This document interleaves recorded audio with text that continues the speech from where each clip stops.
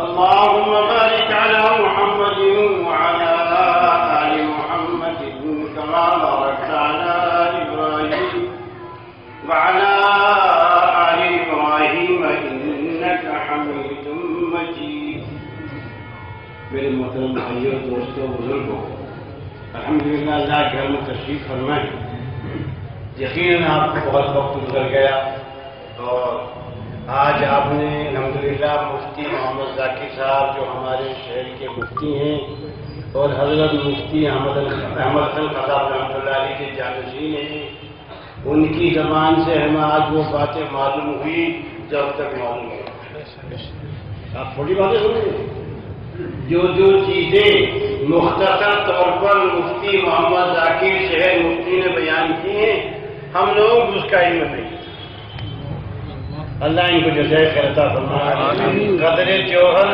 قدر گوہر شاہ دانت یا بیدانت جوہری، وہ بھی کون بڑے گوہر تھے، بڑے جوہری تھے جن کو اللہ نے اپنے پاس بلایا.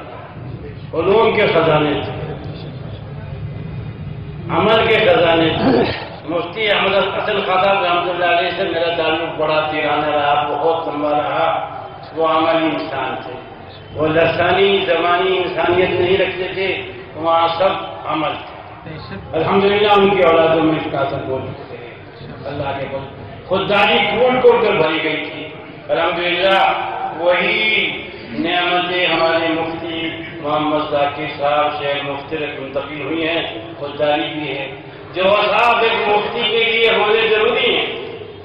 الحمدللہ تعالی وہ مفتی محمد ذاکر میں بھی تمام ہی کمال ہی موجود ہے.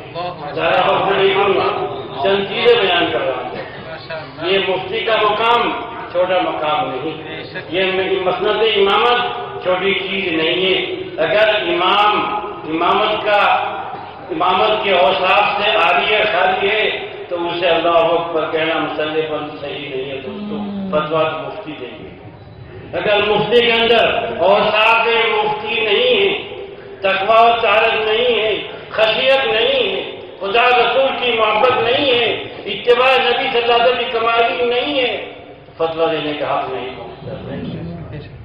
اس کی زندگی اگر مفتی کفایت اللہ، حضرت مفتی کفایت اللہ جو مفتی اعظم تھے، ہندوستان کے نہیں عالم کے، ابھی سنا ہے حضرت مفتی محمود صاحب نمبر اللہ محمد جو میری استاد، ان کے بھی کرم فرمائے.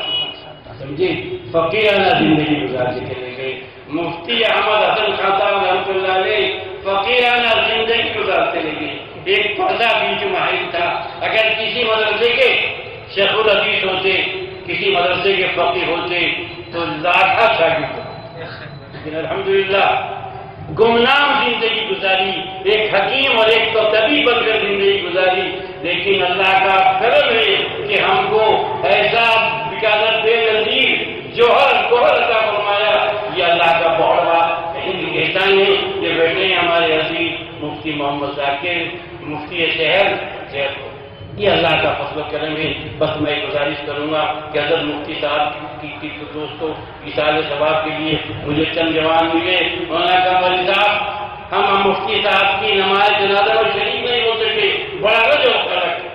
اس کی تلاقی کے لیے یہ ہے کہ چند نفلیں روزانہ پڑھنی شروع کر دی اور قرآن عظیم کی تلاوت روزانہ شروع کر دی تاکہ جہاں اپنے بات کو پہنچائیں گے حضرت مفتی صاحب کو پہنچائیں گے. بتائیے مقبولیت کی انتہا نہیں.